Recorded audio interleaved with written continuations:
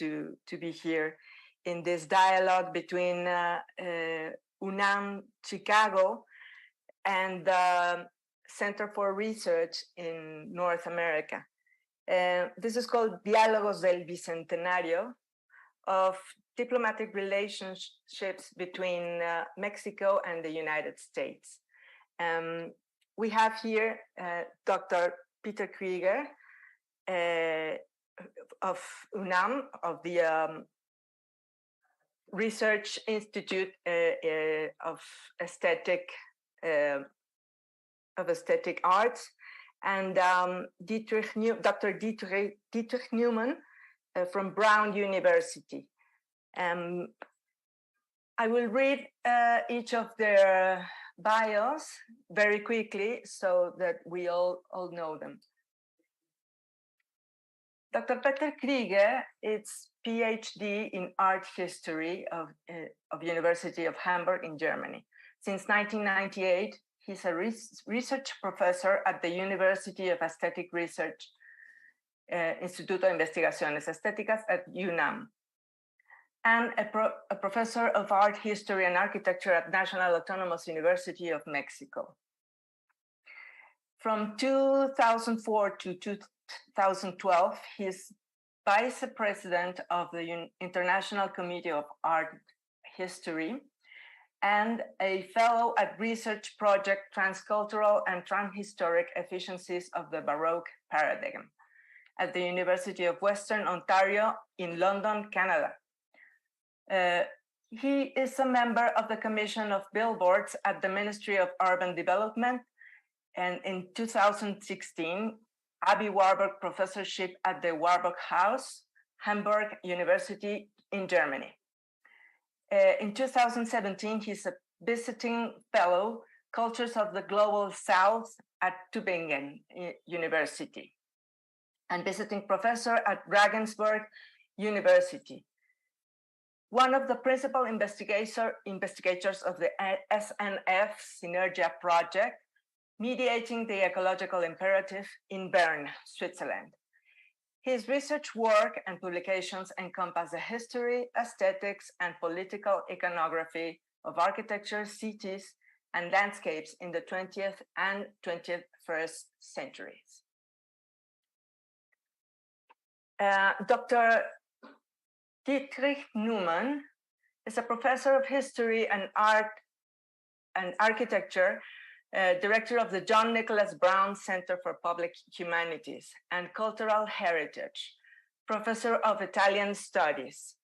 He's a professor of the history of modern architecture and director of urban studies at Brown University. He was trained as an architect in Munich, Germany, and at the Architectural Association in London, and received his PhD from Munich University. His publications have dealt with the history of skyscrapers, movie set design, architectural illumination, building materials, and in particular with the work of Ludwig Mies van der Rohe. He has won fellowships at the Canadian Centre for Architecture in Montreal, the Institute of Advanced Study at Princeton, at the American Academies in Berlin and Rome, and won the Founders in 1996 at Philip Johnson Awards from the Society of Architectural Historians, where he served as a president from 2008 to 2010 and was named a fellow in 2018. He was a first Vincent Scully visiting professor at Yale School of Architecture and is member of the Committee on Architecture and Design at the Museum of Modern Art. My name is Jimena Torre. I'm an architect and professor at UNAM School of Architecture, and I will be moderating this dialogue. Welcome to both of you. Hello. Thank you. I think I'm a colleague for many, many years, Peter Krieger, for inviting me, also Professor Fonserrada, and of course, Professor Jimena Torre, who is going to lead us through this discussion. I will share my screen now and begin right away.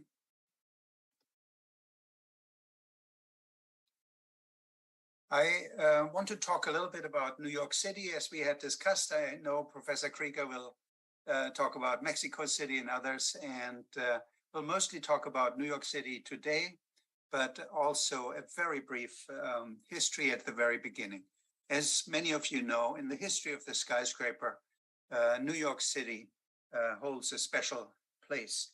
It held, in fact, the position of hosting, in a way, the tallest tower for a record number of 43 years. It started with the Singer Building in 1908, then followed by the Metropolitan Life Tower in 1909, and then finally the Woolworth Building in 1913, which held the title until 1930. Then in quick sequence, there was 40 Wall Street, the Chrysler Building, and then the Empire State Building, which held the title again for a record-setting 40 years from 31 to 71, then followed by the World Trade Center. And then the title of having the tallest tower in the world went over to Chicago, where Professor Fonserrada is right now, and the Sears Tower, now called Willis Tower, took over and again held that title for a long time. And then finally it went abroad to Kuala Lumpur with the Petronas Towers, Taipei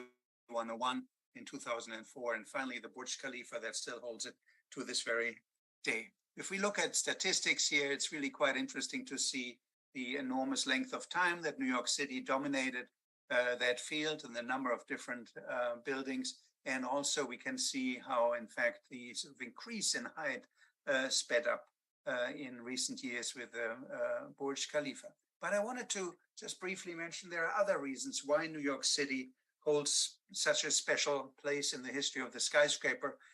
More than any other place in the world, partially due to being a pioneer, it really shaped the form of the skyscraper, created a theoretical discussion about it. And I'm thinking, of course, of the famous setback law of 1916 that came with a zoning ordinance so that it suggested to step back the floors above a corner side under an angle that depended on the width of the street and the zone of the city, illustrated here beautifully by Hugh Ferris in 1922, or another one of those landmark moments in 1961 when a new building code responded to the Seagram building's plaza in front and allowed that as a way of building skyscrapers. And out of this grew something really quite wonderful, the privately owned public spaces. It's called POPs, P-O-P-S, where in fact you can provide a publicly accessible space in return for more height of your building elsewhere. And of course, the sale of air rights above a building that is either not needed or above rail lines, etc., also played into this sort of negotiation that developers routinely do with the building authorities. But I want to jump right in and talk about a few projects that are interesting today. And in fact, I want to begin with Hudson Yards, which has been the largest private public development in American history, was finished just before the pandemic struck. And the area had long been looked at by eager developers and the city at first for the Olympic Games, and then in fact as a development opportunity since the air rides over those railroad lines that you can see here were available. The whole project was meant to be instant urbanism, providing housing, work, shopping, restaurants, entertainment, all in close vicinity. Top architects were hired, such as Norman Foster, Diller, Scofidio, and Renfro. Frank Gehry is building a tower there, and the building went ahead. As I said, it was the largest mixed-use private real estate venture in American history. And the towers are grouped, clustered around a shopping mall. The interior there is by Ercus Manfredi. There's Norman Foster with one of the towers. There's Cohn, Peters, and Fox. And there is David Childs and Skidmore and Merrill. David Ross, in fact, the developer, is a sort of businessman with his related companies. He has developed other properties in New York.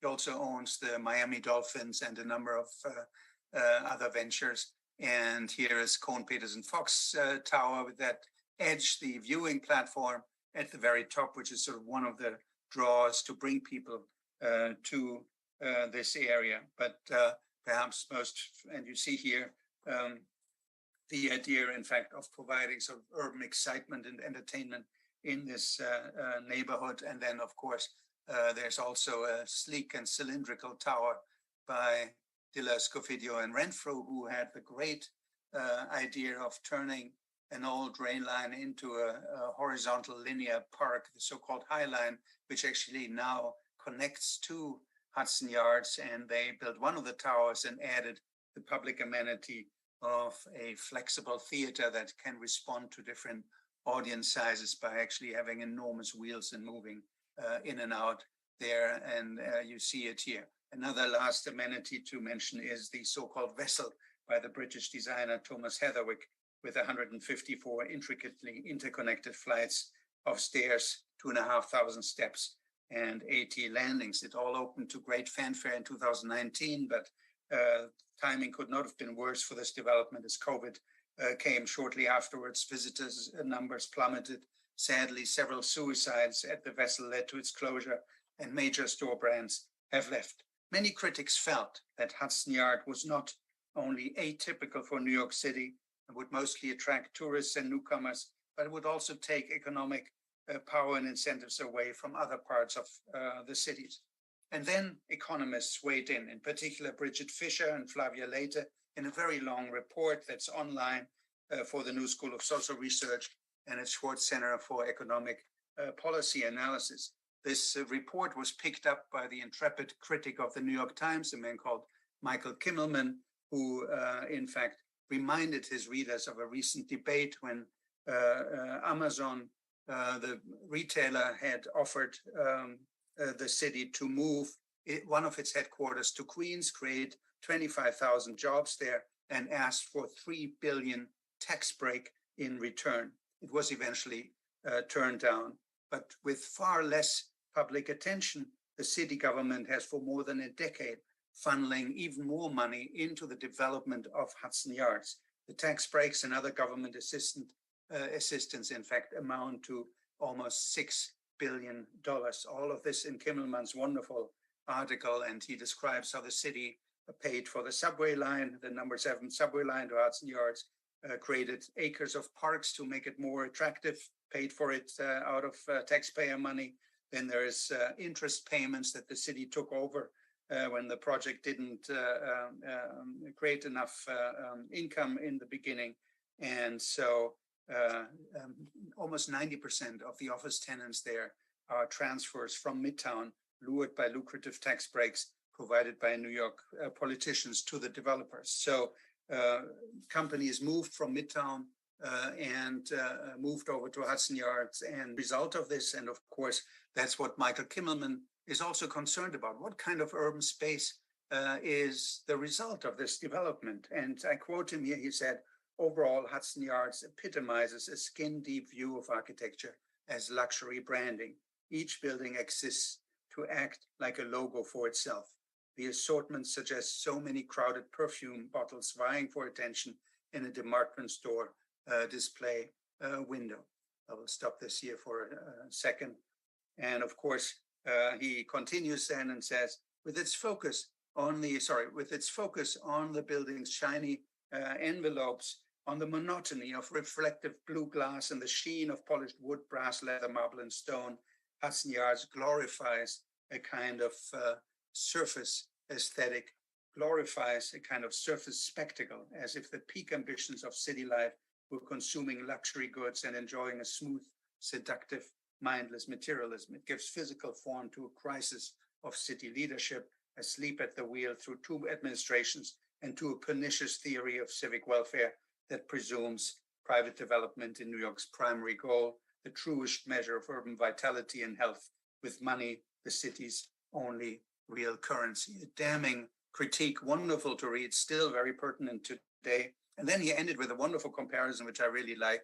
And he said, an obvious precedent here is Rockefeller Center, where he said, not a scintilla of public land, public money, or public oversight was involved here. It employed a variety of architects, Raymond Hood, led the way, and it is unified because of its materiality and details, but also because Hood created a wonderful choreography of massing of different spaces that interact with each other. And he understood, which the developers of Hudson Yards didn't, the difference between scale and size. So he, in fact, lauded this as a wonderful counterpart, and I couldn't agree more, and says Hudson Yards barely acknowledges any of these things. So this is something we can hopefully discuss a little more afterwards, but I wanted to migrate on and show you 2 or 3 more projects that are also very recent in New York City. I think all of them are architecturally more interesting than what happened at Hudson Yards. One, of course, is this wonderful and somewhat complicated tower by Raphael Vignoli, 432 Park Avenue, which brought New York City's longing for superlatives back, because for a short moment it was the tallest residential building in the world with 1,400 feet in height. It was the pinnacle of New York's luxury condo boom about half a decade ago, and mostly foreign buyers seeking discretion and big returns. But the way this building worked out with this sort of very beautiful measured facade that potentially critics have argued was influenced by Joseph Hoffman. And here you see the details with carefully placed openings that create sort of wind resistance. This tower here, in fact, has had a very rocky run. Apartments were sold for many, many millions of dollars. And now, in fact, the owners of these apartments are suing the developer because, as it turned out, the multi-million-dollar price tag does not guarantee problem-free living. The claims of the owners that are in court now, in fact, include millions of dollars of water damage from plumbing and mechanical issues, frequent elevator malfunctions, walls that creak like a galley of a ship. And one detail here is that whenever you used the garbage chute and threw in some garbage, it sounded like a bomb exploded in the building. So this all had to do with the immense height and the flexibility of the building. And I'm just showing you here the interior with those enormous floor-to-ceiling windows and a few of the headlines that sometimes gleefully recounted the problems of the billionaire owners of these apartments. So Stephen Hall, the American architect, in fact, said that those ultra-thin spires are, in a way, part of the expression of growing inequality in New York City. I'll just quickly show you 2 more of those. Here's a building that's just being finished as we speak now, another very, very thin tower. In fact, it now holds the record of being the thinnest skyscraper in the world at 111 West 57th Street.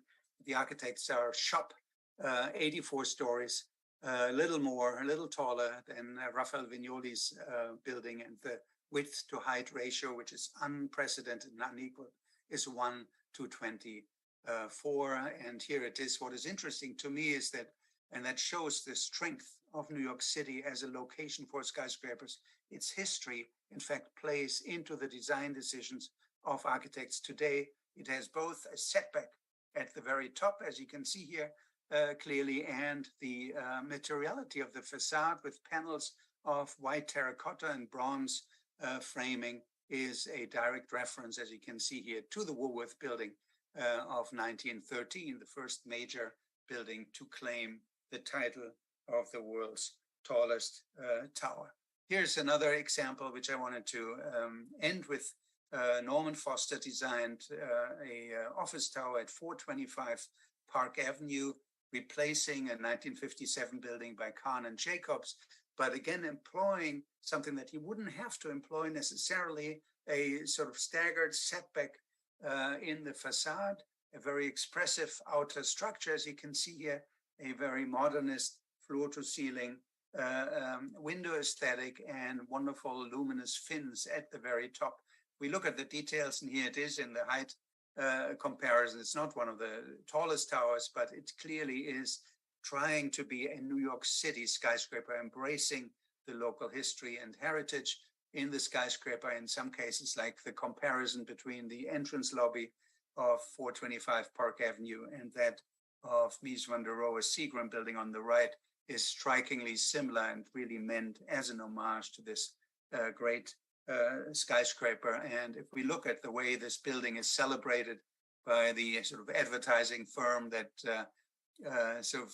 creates these very realistic films before the building is actually finished, you will see that the luminous ceiling, which the Seagram building had as well, the structural elements, the fins at the top, all make reference, in fact, to the sort of glorious and somewhat heroic history of the skyscraper, even if the choice of male models standing in for Wall Street tycoons is highly questionable. But you see here the details in this one cape and the history of its skyscraper, showing, of course, Lever House just down the street, the Seagram buildings a little further down on the left, and in another shot you can see Philip Johnson's AT&T building. So it's a very conscious engagement with the city. I want to end with another quote from Stephen Hall, down looking down onto the roofs of the neighboring skyscrapers. He said, "We are doing something quite different with New York City at the moment.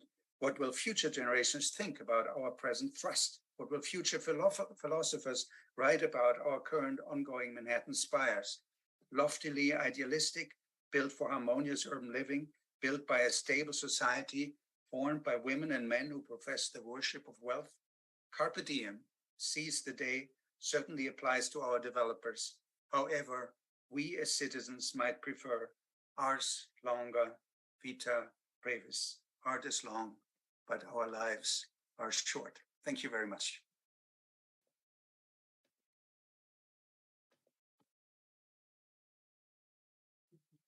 Thank you, Dr. Neumann.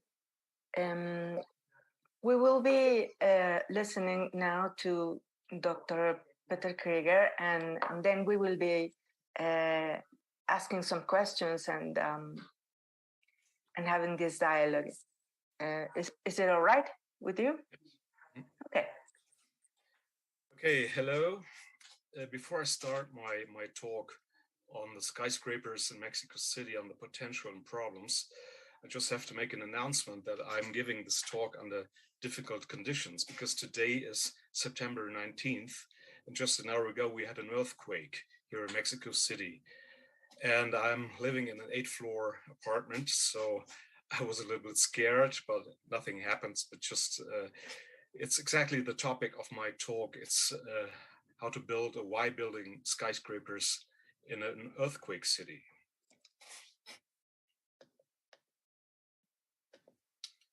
So as we have seen in the presentation of Dietrich, skyscrapers have a global symbolism. And we all know these wonderful buildings, the Empire State Building, Woolworth Building, and so on. But there's also a negative side of this history of success. And I show you here a photograph of Wuhan, the origin of the COVID pandemic. And this looks like an image of a generic city, right, of a one-dimensional progress embodied by skyscrapers. Mexico City has a history of skyscrapers as well, which is fed by this spirit of progress, of modernism imported from New York. For example, this building of the National Lottery in the historical center of Mexico City.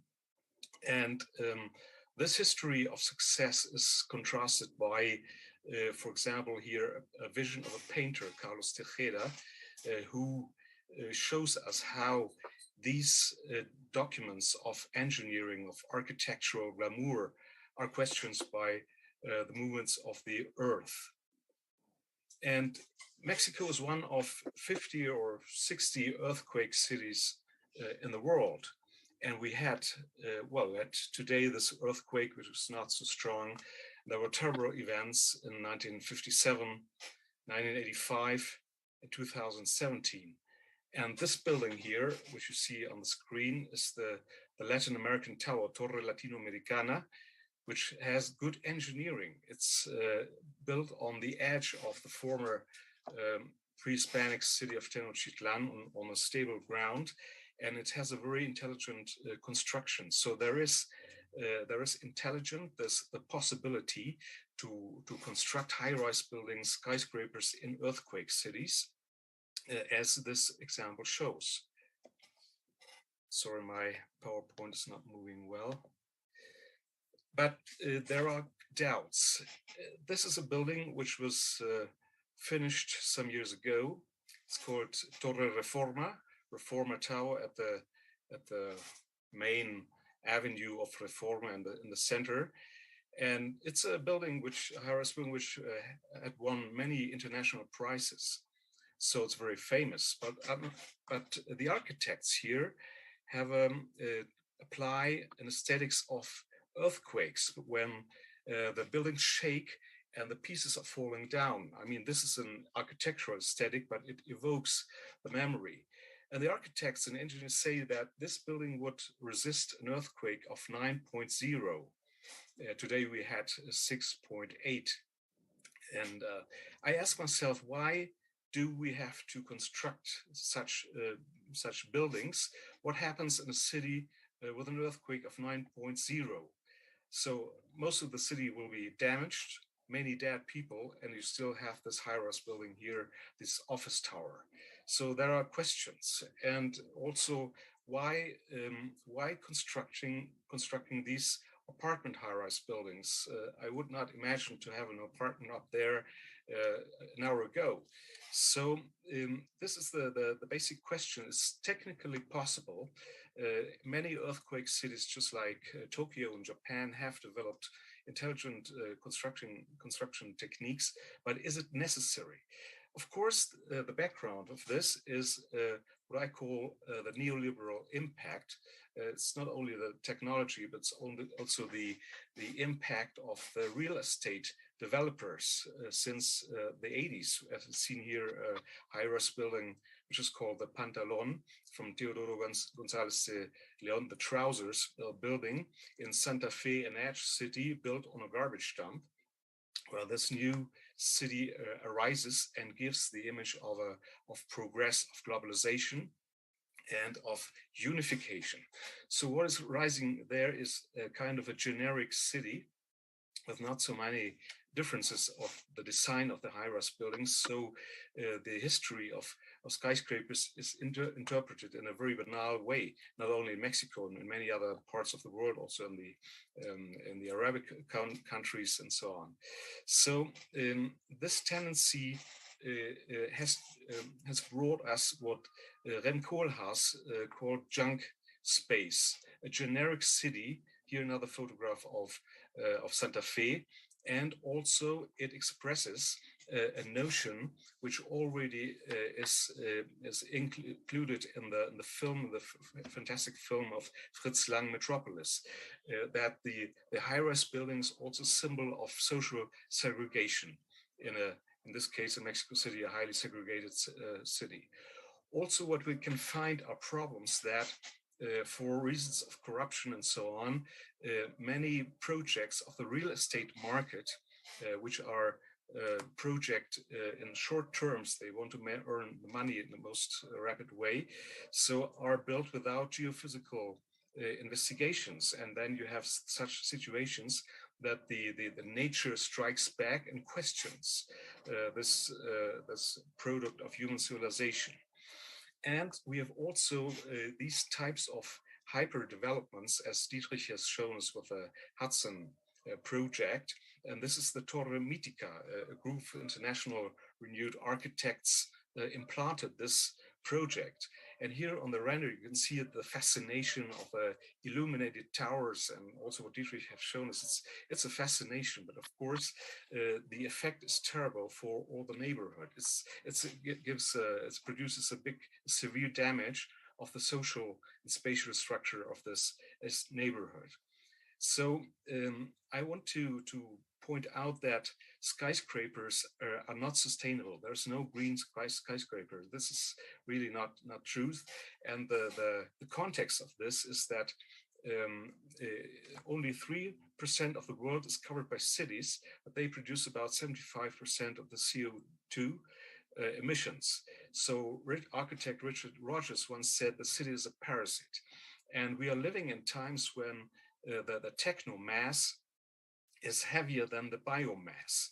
So these are paradigms, parameters of the Anthropocene which we're living in, and which have to do with the architecture. For example, the production of architecture, the production and destruction is responsible for about 50% of the pollution, of the air pollution.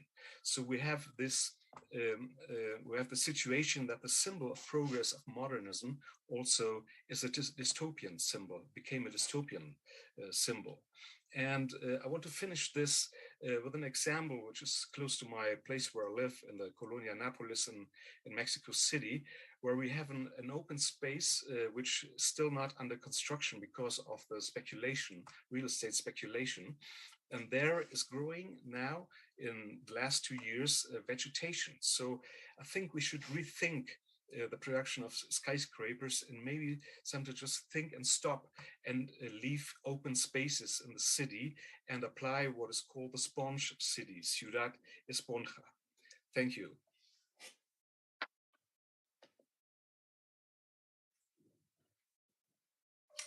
Thank you, Dr. Krieger. Well, I think these two talks are very interesting in a way. I don't think there can be any more contrasting conditions for development of skyscrapers than New York and Mexico City. The first is the firm, very stable rock ground, while Mexico City is the bottom of a lake, of a dried lake, of an artificially dried up lake that has become some sort of a gelatin, yellow, and it moves as such a jello. So I will first will be asking you if Dr. Peter Krieger, if you have any questions or matters to ask Dr. Dietrich Neumann, and then Dr. Dietrich Neumann to respond and to ask, of course, something about Dr. Krieger's talk. Yes, Dietrich, thank you very much for your talk. I was inspired to travel back to New York, which is a city which I like very much, of course. And I'm especially happy that you mentioned Rockefeller Center and the aspect of scenography. I mean, what you have in the Hudson project is kind of a scenography of the real estate market. So it's an accumulation of built meters and really, if you compare it directly, you see the scenographic qualities. And I mean, to build such a mass, a high-rise building is a responsibility for all the city. And I mean, you as an architectural historian in your books, you have mentioned it, and I want to mention it here as well. There's another tradition of the high-rise building at the beginning of the 20th century, which is the crown of the city, Stadtkrone. So it's a responsibility once you build so much that this material and this design has to be good, has to be individual, just like a medieval cathedral and a Gothic cathedral. So, I mean, the early skyscrapers, they fulfill this. The people have this orientation. They know this is our Empire State Building, although it's, of course, it's a hyper-capitalist project, but it gives something to the city. And I think this is missing because the recent scenographies, which in the Hudson project, or also what I've shown in the meeting, are kind of exchangeable global aesthetics for a very few part of the people, of the population, which has the economic power to have a drink there or go shopping there. So I think this is kind of a perversion of this idea. I completely agree. quoted Michael Kimmelman, the critic of the New York Times, a little bit at length, and I completely agree with him and with what you just said, that the banality of the architecture at Hudson Yards is astonishing. That no one stepped in, no design committee, and said, we need, if we're going to do this, we need interesting architecture. The towers all look exchangeable, and not just amongst themselves, but also they could be found pretty much in any city around the world. And that's why I contrasted it with what I think is more interesting, buildings that actually understand the particular history of New York City in the history of the skyscraper, and refer to setback, to luminous fins like Norman Foster in my last example. So I think there are reference points that that good architects sense and refer to, but not in cases like Hudson Yards, where the developer is driving the whole thing, and obviously things had to be done quickly and ended up being done without any sort of really characteristic expression, which is really a pity. I think one of the ideas was that perhaps the vessel, this big work of public art, would make this a characteristic space, but I think that also backfired in many different ways, both tragically as being, obviously an attractive point for people who wanted to end their lives, but also as a work of public art that didn't really lead to a really sort of meaningful experience, and it took up too much space and destroyed the little bit of public space that was there in a way. So I think, in some ways it's probably going to survive Hudson Yards, and will attract tourists and visitors to the city, but I don't think it's a great contribution to urban planning or to the city's character. I think the more recent buildings that I showed have a much stronger presence there and local connection.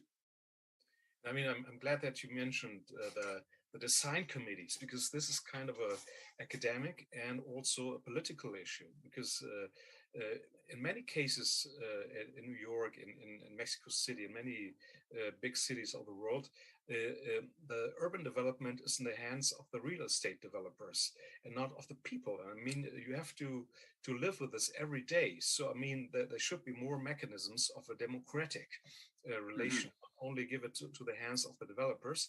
And this is also something important for us at the university. So we have to generate a reasonable critique of these projects, not to continue mistakes and these kind of mistakes. But of course, we sometimes are just like in an ivory tower, and outside the real business world is just pushing through these projects. So I think we have to deal with these mechanisms of intervention, of participation, of critique, and of expertise of design committees. Yeah, I completely agree. And I think an extension to that, as academics, we also have an obligation to not just stay in the ivory tower, but be vocal and try and help shape ideas about what our cities should and look like, that even developers can embrace, because the existing committees are mostly toothless. If you have a developer who he has sort of a personal wealth of $7.7 billion, it's very hard to have a committee really put up a sort of meaningful resistance there. This is not exactly how the system functions, but I think there is also, he probably wouldn't mind being a little more educated about what it means to create good architecture. It would certainly help him with his brand and so on. And that sort of translation of what critics think and what developers do is not happening very easily. It happened in this case after the case. If you had read Michael Kimmelman's piece in the New York Times before, maybe he would have changed his mind and would have engaged more with the architects and created something more meaningful than what ultimately happened.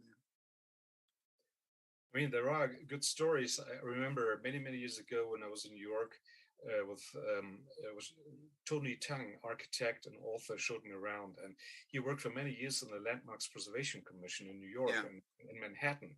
I mean, and he had some very hard struggles with the investment business, and he he's succeeded in preserving many sites, or for example, an African slave burial ground in the midst of New York, which is has a high value in economic terms, but they kept it. So I mean, it's not only a negative story, and there are many people who are really try to get involved, but of course, confronting the power of billions of dollars, then it's not easy. Yeah, no, I agree. They're also good stories. I shouldn't sound so negative. I think Hudson Yards, as far as I can see, didn't work out, which is too bad because it's such a huge investment. But I think we have other stories. I'm thinking of the attempt of making Penn Station more attractive, and the Moynihan Hall there in the old post office is a success story without a doubt. Penn Station is a good comparison because it also used the air rights above the train tracks when it sold the old building and had Madison Square Garden built. So a mechanism very similar to what happened at Hudson Yards, just 2 blocks down, right? So now we're trying to repair it, and there's other discussions underway what to do in this neighborhood. So definitely one shouldn't give up, but I think we definitely need more discourse that can lead to better architecture before it's being built, rather than afterwards when the whole thing stands and can't be changed anymore. And I have another question. I mean, you live in Providence in Rhode Island, and do you think that these New York projects, New York, Chicago projects are exported? Because we have something similar here in Mexico. You know, it's a difference. It's not fair to say this, but it's the reality for people that we are the center, Mexico City, and the other parts are the peripheral, rural parts, although there are big cities, Guadalajara, Monterrey. And then you see that these cities try to copy Mexico City. So they build elevated highways, which is quite anachronic, and they try to copy these big real investment projects. Just how is it in your city, Providence, where Brown? Funny that you mentioned that. It's a really good comparison.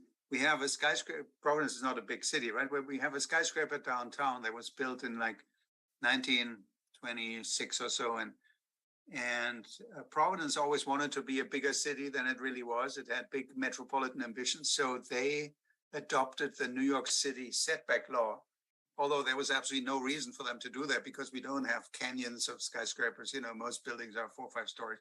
But we got the setback law, and when they finally built the skyscraper, which is still sort of the visual center of the city, it stepped back very elegantly. It's actually a very nice looking building. We call it the Superman building because it looks a little bit like the Daily Planet newspaper building in the early Superman films. But they imported that notion of the setback from New York without needing it as a sign of sort of metropolitan aesthetics.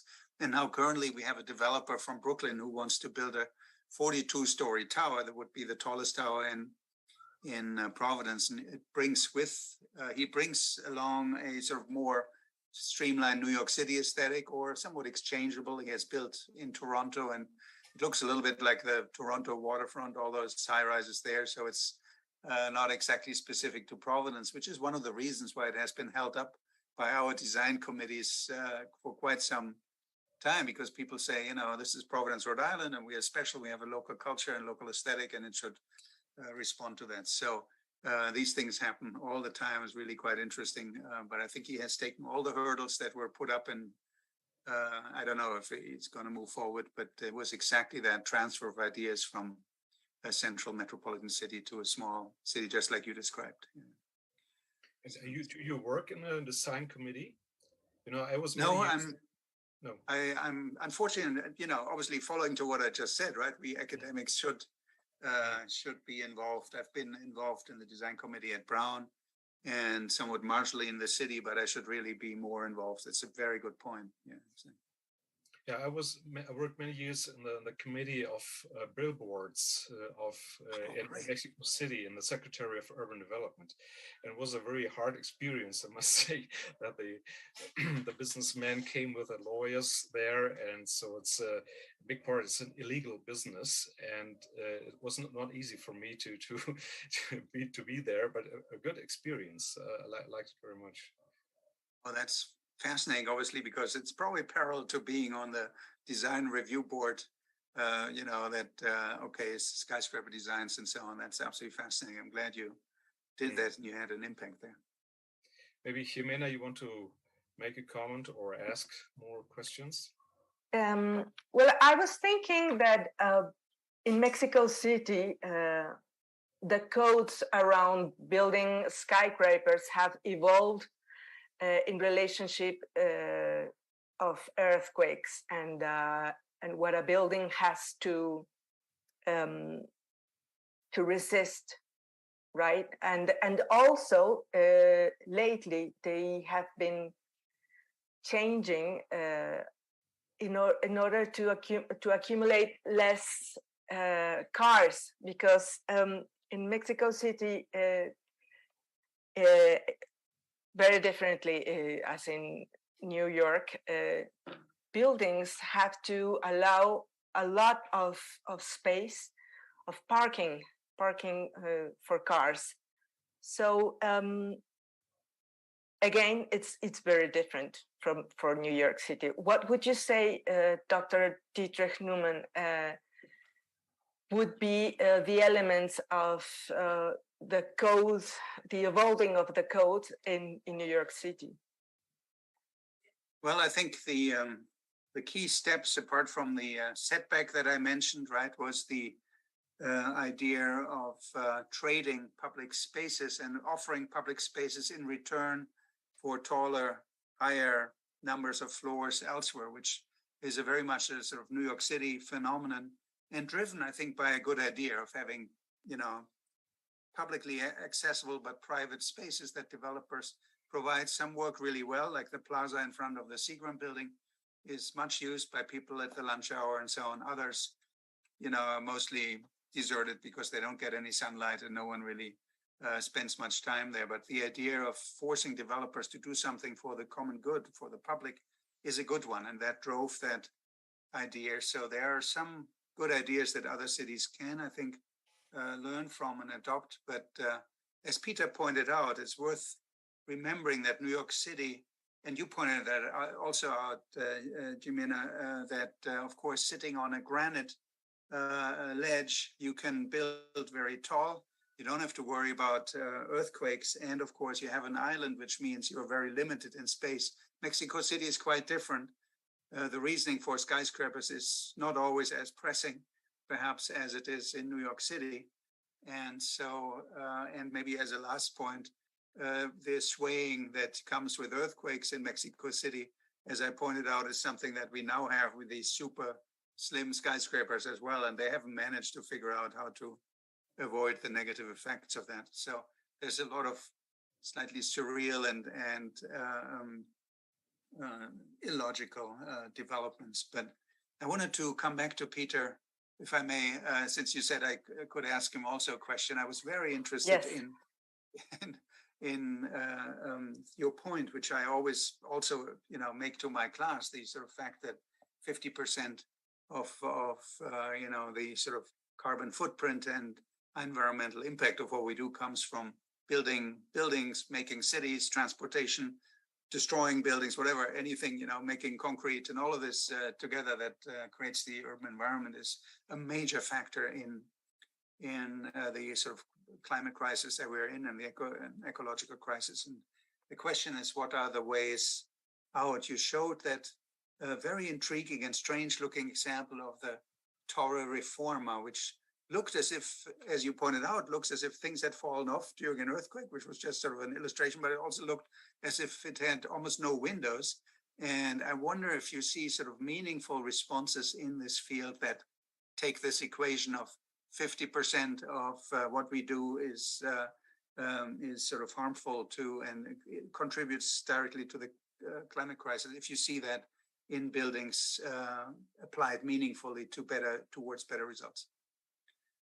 It's an interesting case, this tower. Of course, there's a machinery of propaganda around this tower, and it's very famous worldwide now.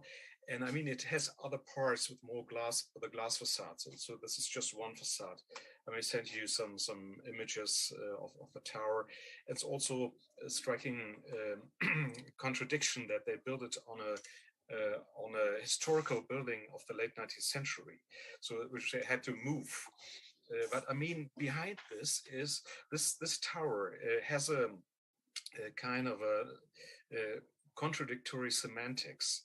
In Spanish, it would call it autogol. I don't know how to say this in English.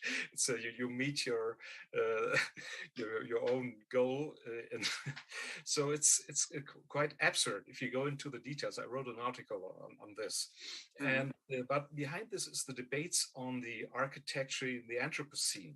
If you just see how much Earth is removed, and to build such a tower with this stability, with this height, which you have to move so much Earth. So this is a typical example of how the Anthropocene is the new geological era, not officially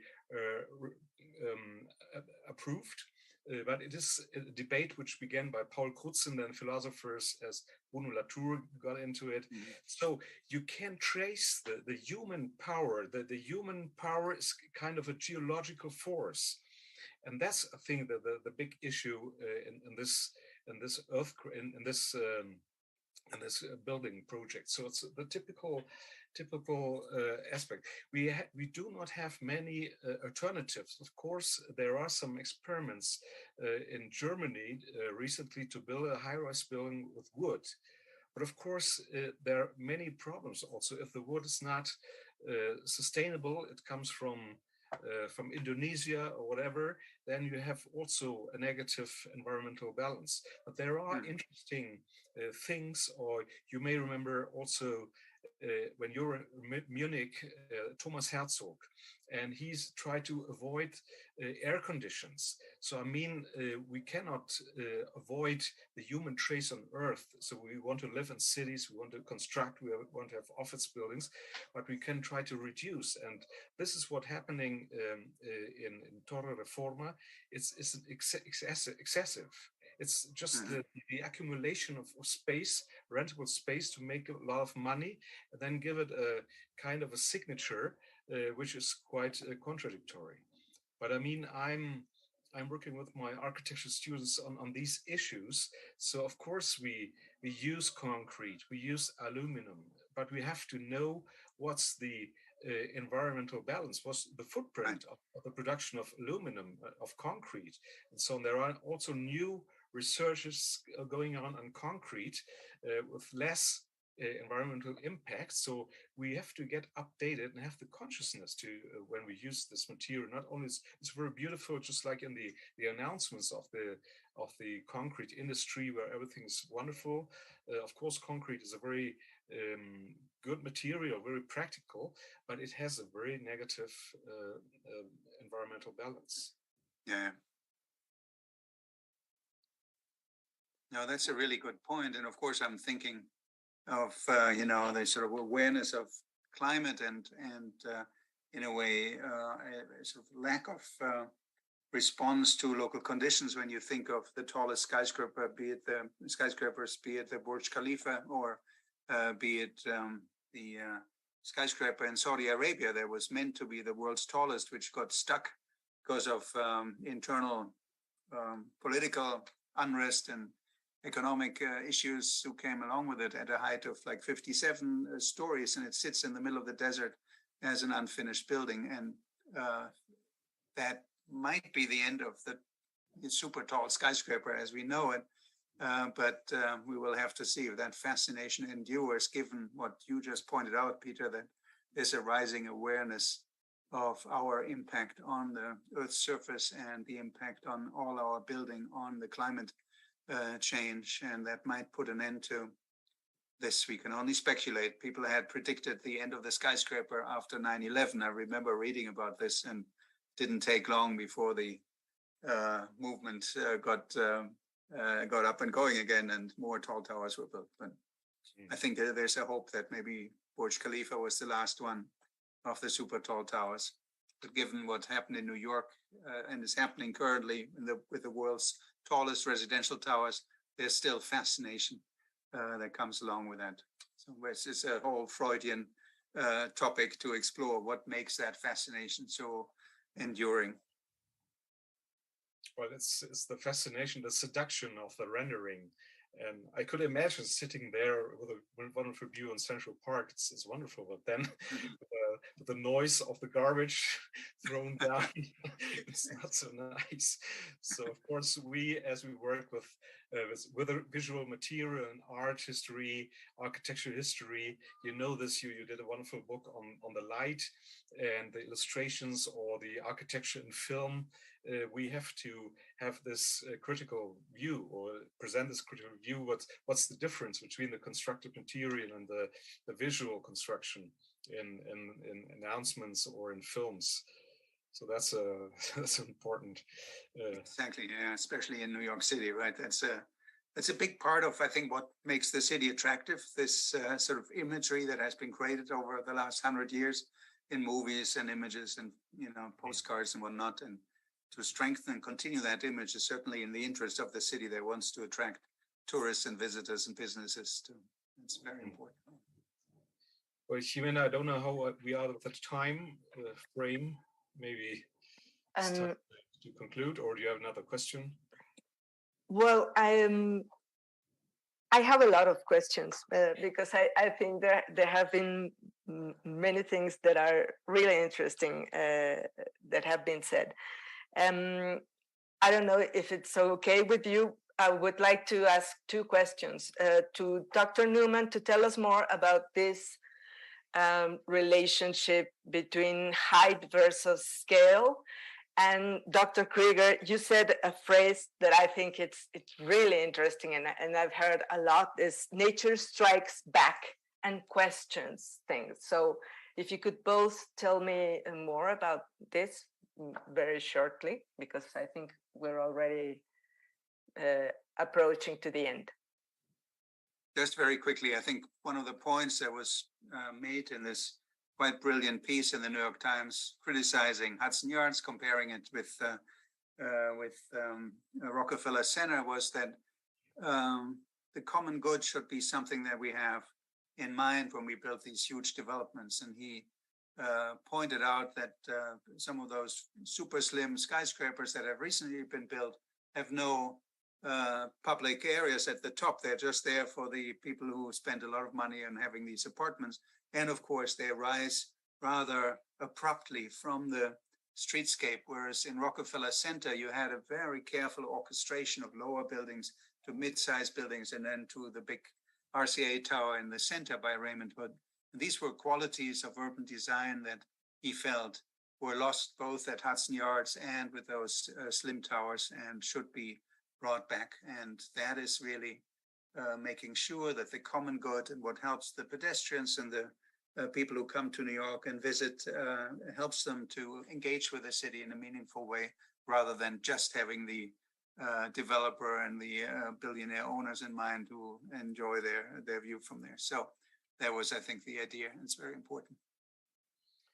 Well, the notion, the nature strikes back, is coming from Horatio, the ancient poet, and he talked about the revenge of the nature. So this is a quite an established topic. And what I'd like to say is that in the strict sense, there's no natural catastrophes. You know, we have many images of flooded cities, of earthquakes, and so on. So it's not the problem of nature. It's our problem. We as human beings construct on sites which are not appropriate. I mean, if you build a high-rise building on a former lake ground, then you are producing a problem, and then you're almost programming a catastrophe. But it's not a natural catastrophe.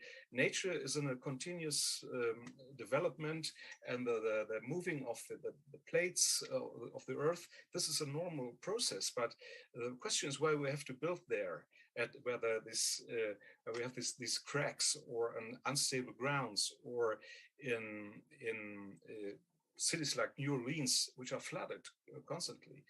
So this is, I think, the thing which we should consider. Thank you very much. Well, we're at the end of this dialogue. It has been really interesting and very rich with so many elements to think about. So I thank you both, Dr. Neumann and Dr. Krieger, for participating in this dialogue, and also Alberto Fonserrada, who is also here with us, and everyone who's been watching. Thank you very much.